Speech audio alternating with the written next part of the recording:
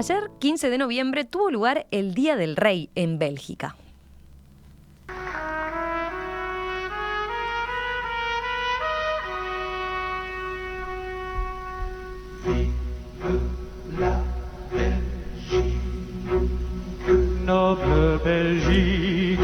Sí, la sede de la mayoría de las principales instituciones de la Unión Europea es una pequeña monarquía, un país hermanado históricamente con Uruguay. ¿Por qué? Porque ambos fueron creados como un estado tapón en las dos ocasiones con la participación del diplomático británico Lord Ponsonby. Y esta fecha de celebración es una buena oportunidad para saber más de Bélgica, de sus vínculos actuales con Uruguay y, por qué no, también del rol de un rey en pleno siglo XXI. Para charlar sobre esto estamos en línea con Peter Madens, que es embajador belga en Uruguay, Argentina y Paraguay. Embajador Madens, ¿qué tal? Buen día, un gusto saludarlo.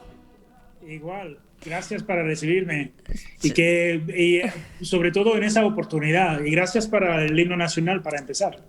Bueno, ahí está, estábamos escuchando justamente el himno belga, ¿verdad? Le decía yo... En su versión francesa. En la versión francesa, porque tienen...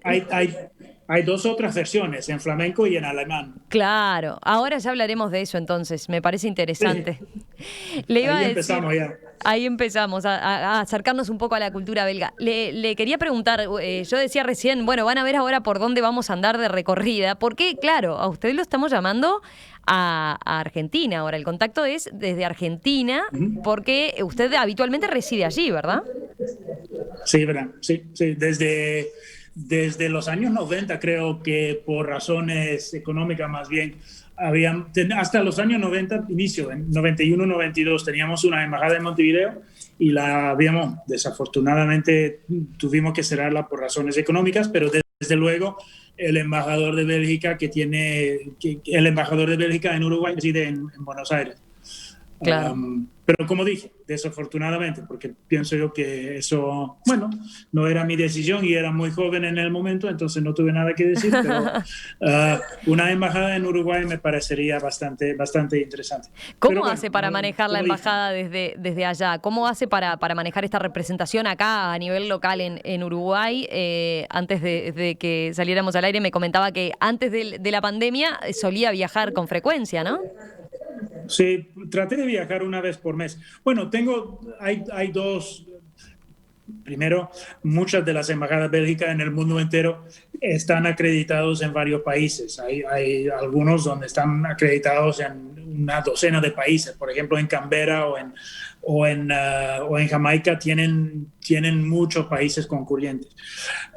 Yo solamente tengo 3 países donde soy embajador en el mismo tiempo. Es, como dijiste, Paraguay, Uruguay y Argentina. La ventaja que tenemos de ser embajador hoy en día es la comunicación electrónica, que es mucho más fácil que fue el caso hace media generación. Hace 5 o 10 años ya estaba mucho más complicado comunicarse y estar al tanto de lo que pasa en los otros países que ahora. Mira lo que estamos haciendo ahora. Con la pandemia me imagino que hubiéramos hecho el mismo tipo de entrevista como esta, es decir, online, no presencial, aún si había estado viviendo en Uruguay. Entonces, eso es una ventaja. La segunda ventaja que tengo yo aquí en Buenos Aires, siendo embajador en Uruguay, es que la distancia no es muy larga. No sé cómo va a ser cuando se termine la pandemia, pero antes de la pandemia había vuelos que salían aquí de Buenos Aires a las 8 de la mañana y otros que volvieron a Buenos Aires a las 7 o las 8 de la tarde. Entonces, para mí fue un día de trabajo, claro. Un día largo, pero un día de trabajo venir a Uruguay para hacer 3 o 4 reuniones y un almuerzo. Y eso estaba bastante sencillo a organizar. Entonces, bueno, no es la manera normal de hacer la cosa, pero es de los más sencillos que he conocido, era de ser embajador en Uruguay a partir de Buenos Aires. Sí. Claro. Veía la comunidad belga en Uruguay es de unas 650 personas, ¿no? Es más bien Algo así, sí. una comunidad pequeña, ¿no? ¿Hay sentimiento de comunidad, según lo que usted ha visto en estos años de trabajo, o son descendientes de inmigrantes, por ejemplo, que ya no mantienen tanto vínculo? Un poco de los dos. Hay un sentimiento de comunidad, pero el sentimiento de comunidad es más grande en las comunidades migratorias, de migrantes. Por ejemplo, hay un par de docenas de belgas que viven ahí en Paysandú, que todavía se sienten belgas, aún siendo Ajá. segunda o hasta tercera generación. Bueno, yo siempre me pido, esa gente llegaron hace 50 años, me pido, ¿cómo caen en un pueblo como Paysandú si viene de Bélgica? No es nada de falta de respeto para Paysandú, pero es lejos. Claro. Si uno sale de Bélgica, no hay nadie que sabe qué es Paysandú. Ni aún en Bélgica nadie conoce que hay un pueblo en el mundo entero que se llama Paysandú. Entonces, ahí hay 2 o 3 familias que llegaron y que entre tanto crecieron y que ahora son un par de docenas de gente, y yo les visité hace un año, un poco más, y es fabuloso como todavía se sienten belgas. Sí. Entonces, para contestar a tu pregunta, sí, hay un sentimiento de belga en la comunidad, y el sentimiento, también lo mismo aquí en Argentina, el sentimiento más fuerte es en las comunidades que ya viven acá durante generaciones. Es lindo de verlo. ¿Y cómo lo viven en la vida diaria? O sea, ¿mantienen alguna costumbre belga, algo en particular? ¿Celebran alguna fecha en especial? ¿Se reúnen simplemente como para...? Sí, se reúnen, comen belga, escuchan música belga, no se ponen en contacto con la embajada. Hasta ayer tuvimos un evento virtual lindo aquí en Argentina, hablando con varias comunidades y cómo viven su belgicidad, que lo llamo yo. Hasta tratan de guardar la idioma con los chicos, a enseñarlos holandés, más bien francés, pero también con holandés, y varios que manejan bastante bien la idioma, aún siendo segunda o tercera generación. Es lindo verlo, es muy lindo verlo, y es algo que para nosotros, bueno, tenemos nuestros problemas en Bélgica, tenemos nuestro problema de comunidad, de divisiones en el país, de divisiones lingüísticas y culturales, y de ver que afuera, a distancias tan largas, todavía nos sentimos muy belgas y nos sentimos muy contentos de estar acá. Sí, eso que menciona, vamos a aclararlo, ¿no? Belga es como un país muy particular porque es fragmentado en cuanto a que tiene distintas zonas que hablan idiomas distintos, ¿no? Ya lo mencionaba usted, francés, alemán, neerlandés o flamenco. Sí. ¿Cómo...? Que es lo mismo, flamenco y holandés es lo mismo. Es un poco como castellano y rioplatense. Claro, es lo mismo. Pero esas de las particularidades que tienen entonces en Bélgica. ¿No tienen un idioma más oficial, o sí? La línea cultural europea, si quiere, porque Europa son 2 grandes pueblos, los pueblos germánicos y los pueblos francos. La línea entre estos 2 pueblos pasa a través de Bélgica. Bueno, por eso también que estuvimos siempre involucrados en todas las grandes guerras europeas también, claro, que eran guerras entre estas 2 grandes culturas. Esa línea pasa a través de Bélgica. Y bueno, lo hemos manejado desde 1830, lo hemos manejado con mucha charla, con mucho diálogo, con búsqueda de consenso. Siempre digo, bueno, las divisiones en mi país son divisiones reales, son divisiones fuertes. Son divisiones de cultura, de idioma, lo que va a raíz del ser humano, ¿verdad? Tu idioma, tu cultura, todo eso es lo que hace un individuo. Pero nunca hemos tenido guerra civil.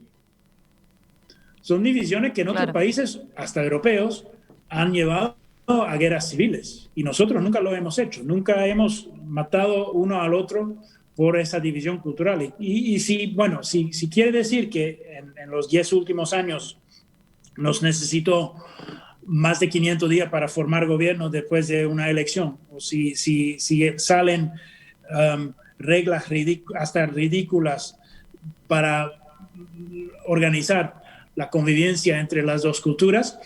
Si la paz llega de eso, si el precio de la paz son reglas ridículas o son periodos de 500 días sin gobierno, bueno, yo por lo menos la pago con mucho gusto, este precio.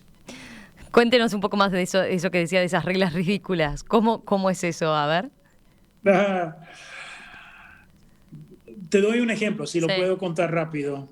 Hace muchos años, cuando me tenían que anunciarme a mí que tuve una promoción en la carrera diplomática, estaba junto con un amigo francófono que tenía que tener la misma promoción más o menos al mismo tiempo. Después de 3 o 5 años de servicio te dieron la promoción de segundo secretario a primer secretario. Y mi colega francófono recibió su carta diciendo que iba a ser promovido le iban a promover a primer secretario a partir de tal fecha. Y para mí no llegó nada de nota.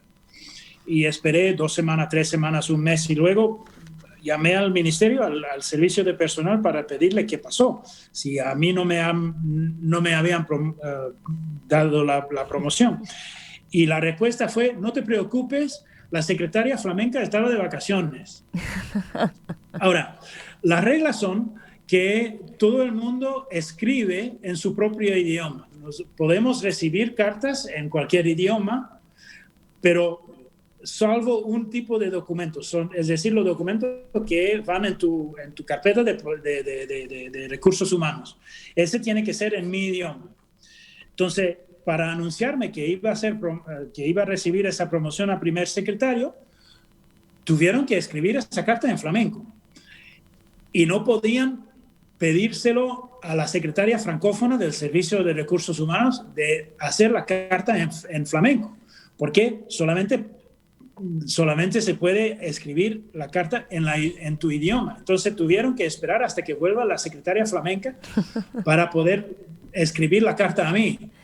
Y estaba de vacaciones durante un mes. Claro. Entonces después del mes solamente se podía hacer la carta. Eso es ridículo. Por supuesto que parece muy ridículo, pero bueno, son el tipo de reglas que tenemos para organizar la convivencia entre las dos comunidades. Claro. Claro. Sigamos hablando un poquito del vínculo bilateral, ¿no? En cuanto a los vínculos comerciales, por ejemplo, tenemos un tratado de promoción de inversiones, de protección de inversiones entre Uruguay y Bélgica, ¿verdad? Sí.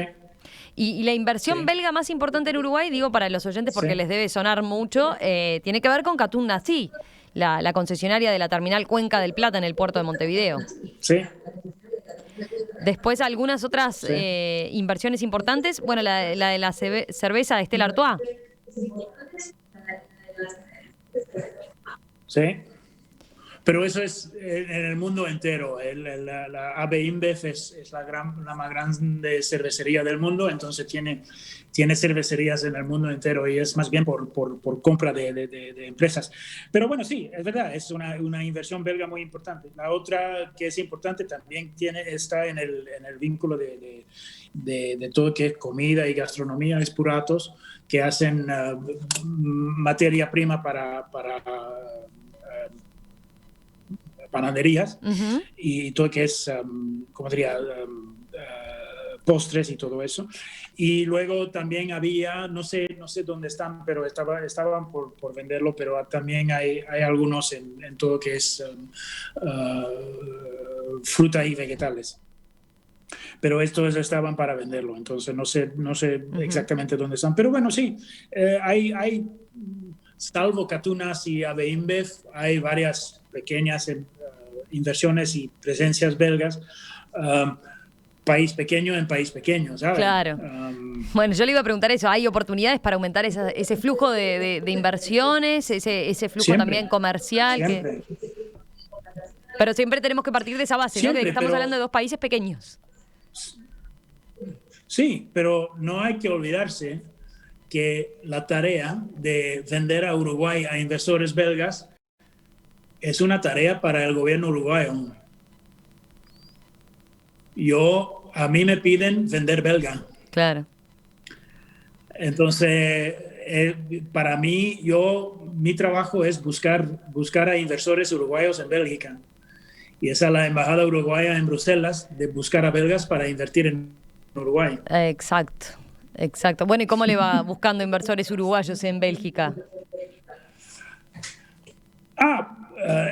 Inversores uruguayos en Bélgica, bueno, es un poco más complicado que al revés, creo. ¿Sí? Sí, sí. Bueno, vamos a hacer una breve pausa y enseguida continuamos conversando con Peter Madens. ¿Lo dije así bien? ¿Está bien, embajador? Sí, Peter, sí, sí. ¿Peter o Peter? ¿Cómo hay que decirle? En flamenco es Peter, en inglés es Peter. Bien, perfecto. Seguimos enseguida conversando con el embajador de Bélgica en Argentina, embajador para Uruguay también. Y a la vuelta de la pausa le pregunto sobre esta particular celebración que tuvieron ayer, el Día del Rey en Bélgica. Esta mañana aquí en Perspectiva estamos hablando de Bélgica.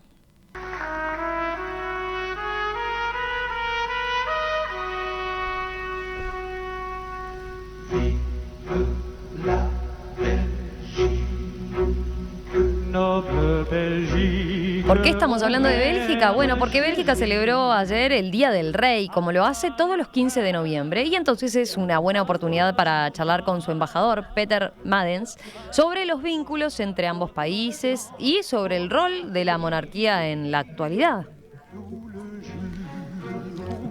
Embajador, cuéntenos más un poco de esta celebración, esta festividad que tuvieron ayer. Todos los 15 de noviembre se celebra el Día del Rey desde el siglo XIX, ¿verdad?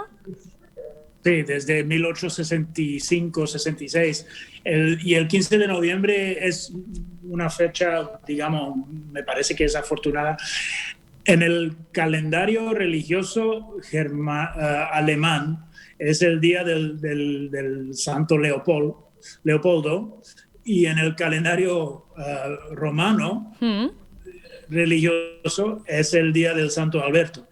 Y como tuvimos 3 reyes que se llaman Leopoldo y 2 reyes que se llaman Alberto, es bastante afortunado que ese día fue el 15 de noviembre, el día del rey, que antes se llamaba el día de la dinastía, pero es ahora se llama el Día del Rey, sí.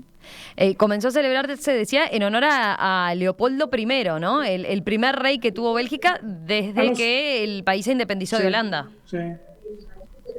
Y en otra época, por lo que decía, tuvo ese tinte religioso, pero hoy ya es una ceremonia que más civil, podríamos decir.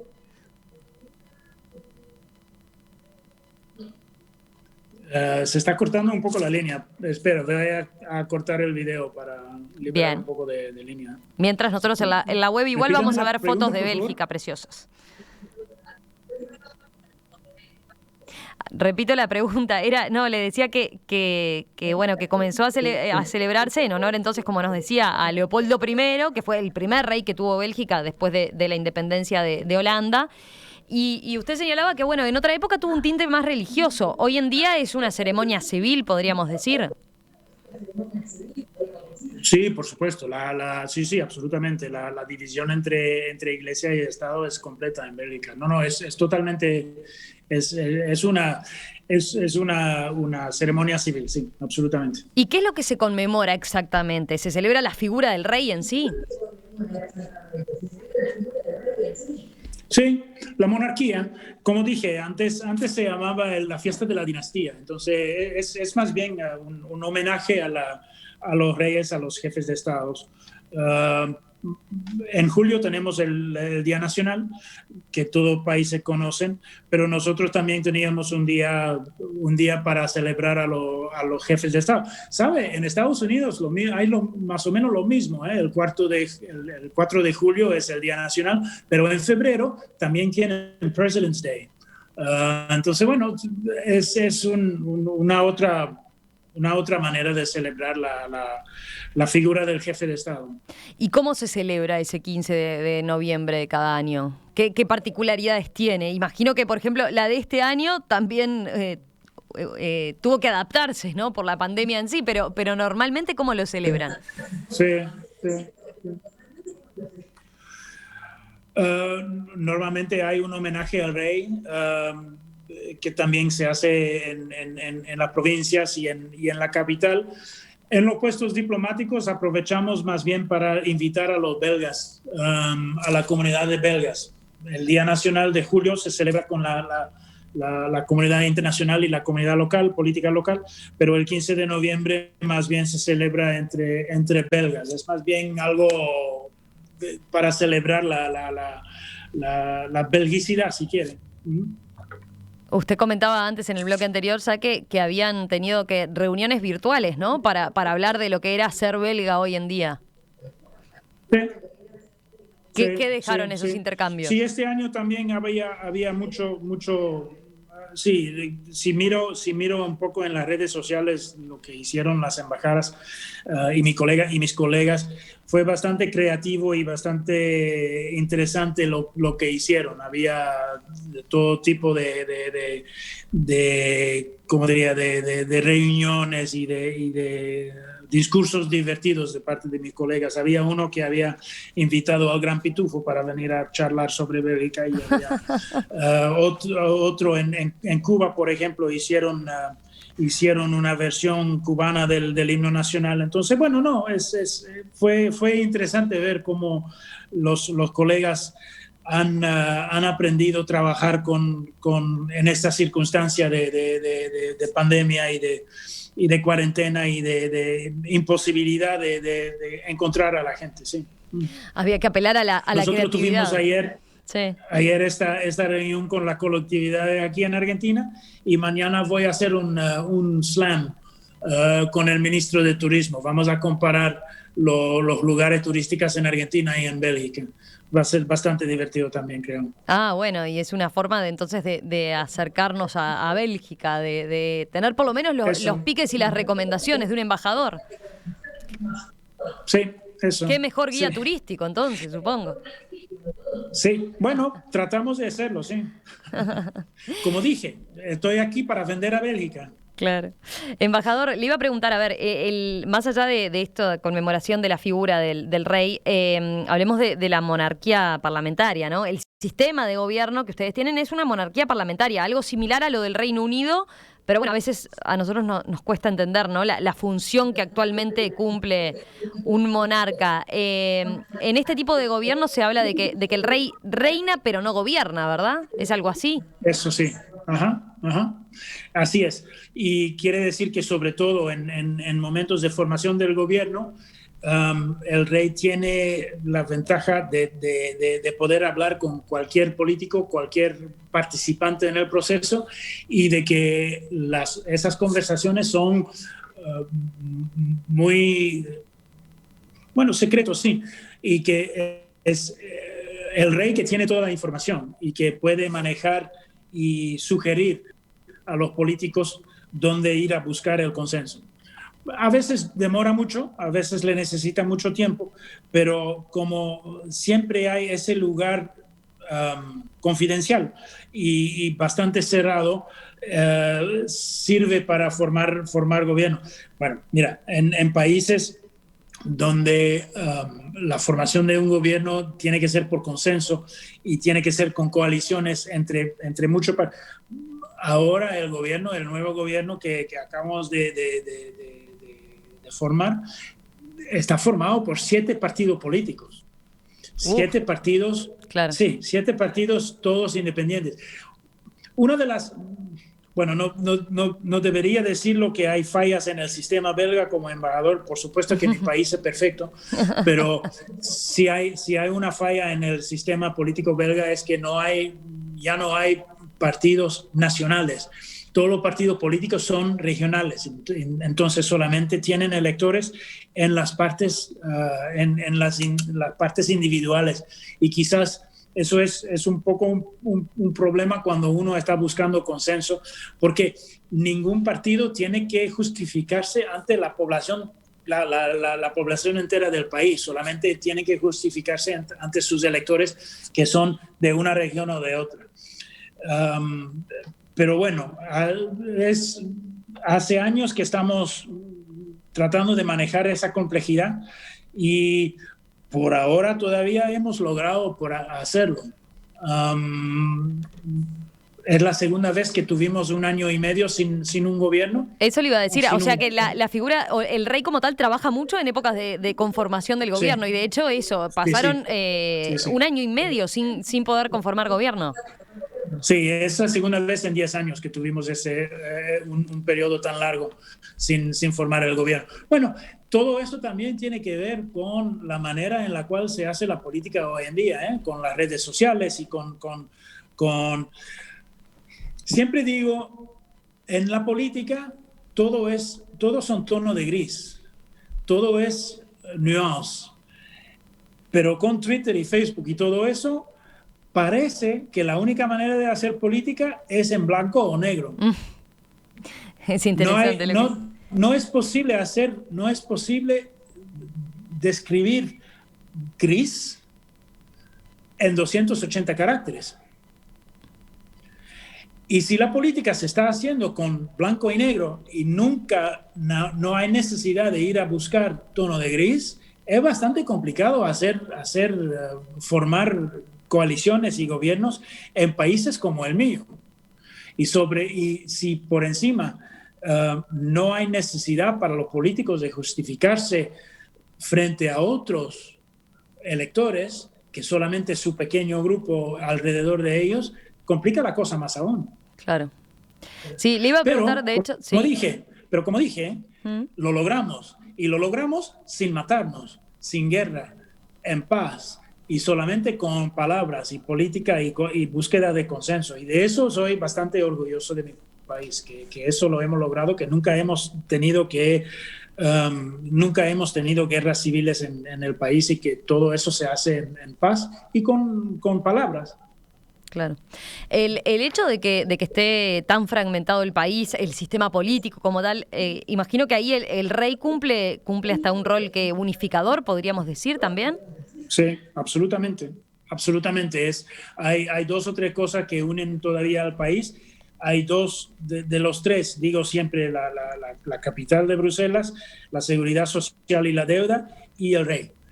Y hay varios que sí pueden cambiar, pero la figura del rey o la figura del jefe de Estado monarca, eso no va a cambiar. Entonces, si hay algo que... Y él también personalmente está bastante orgulloso de ese papel que tiene de unificar el país a través de su función y de su figura.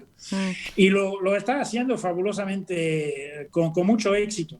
Y creo que la popularidad de la figura del rey va creciendo.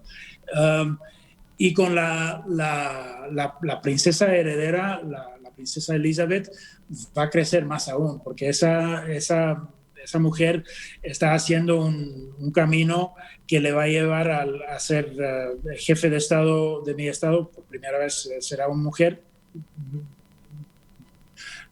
Hemos demorado bastante para tener una mujer jefe de Estado, pero bueno, ahí la vamos a tener cuando asuma su papel, y lo está haciendo fabulosamente bien. Ahora está en la escuela militar, está aprendiendo todo eso, pero no, es una figura unificador, la monarquía, y este rey lo está haciendo fabulosamente bien también. A mi juicio lo está haciendo muy, muy bien. La heredera, la reina, tiene 18 años apenas, ¿no? Sí, 18, 19, sí. Bien. No, y veía, hablando de esto que está señalando usted del rol que está teniendo, incluso en estos meses, ¿no? La familia real, veía ¿sí? que, por ejemplo, han mostrado cómo se dedican, entre muchas de las actividades que han tenido en este tiempo, se comunicaron mucho todos los integrantes de la familia, por ejemplo, con los adultos mayores, ¿no? A través de comunicaciones telefónicas le daban ánimo, los atendían, era una forma como de no dejarlos solos en un momento tan complejo. Sí. No, y se han puesto, están apoyando a todo el personal de sanitario, y están visitando a hospitales de todo lado y centros de testeos. Están muy apreciados en Bélgica ahora, y están haciendo un trabajo bastante importante para apoyar a toda la gente que están en un momento muy difícil ahora. Uh-huh. Y eso usted señalaba, destacaba la alta popularidad que tienen hoy en día entre la población, la familia real. Sí. ¿De qué nivel estamos hablando? Sí. ¿Tienen mediciones y eso? ¿Cómo? ¿Que tienen mediciones? ¿Hay mediciones de la popularidad que tiene hoy en día la familia real? ¿O cómo se mide, por ejemplo, cómo se mide cómo viven los belgas a esa familia real, ¿no? Los belgas son un pueblo muy crítico y cuando si se lee solamente la prensa, podría ser que uno piensa que no es muy popular la familia real o el rey, pero cuando salen en la calle sí se ve que la gente está muy entusiasmado de ver a la familia y de apoyarla. Cada vez que hay, bueno, que hubo, porque ahora desde marzo no hay mucho, no hay nada Claro. que se hace en el público, pero además, cada vez que hubieron manifestaciones, siempre había mucha gente muy entusiasmado de ver al rey y de poder saludarlo. Y luego, bueno, como dije, tuvo un éxito bastante importante con la formación del gobierno y con el papel político y unificador que jugó en los últimos meses. Entonces creo que, bueno, eso es algo de lo cual podemos ser muy orgullosos en Bélgica, sí.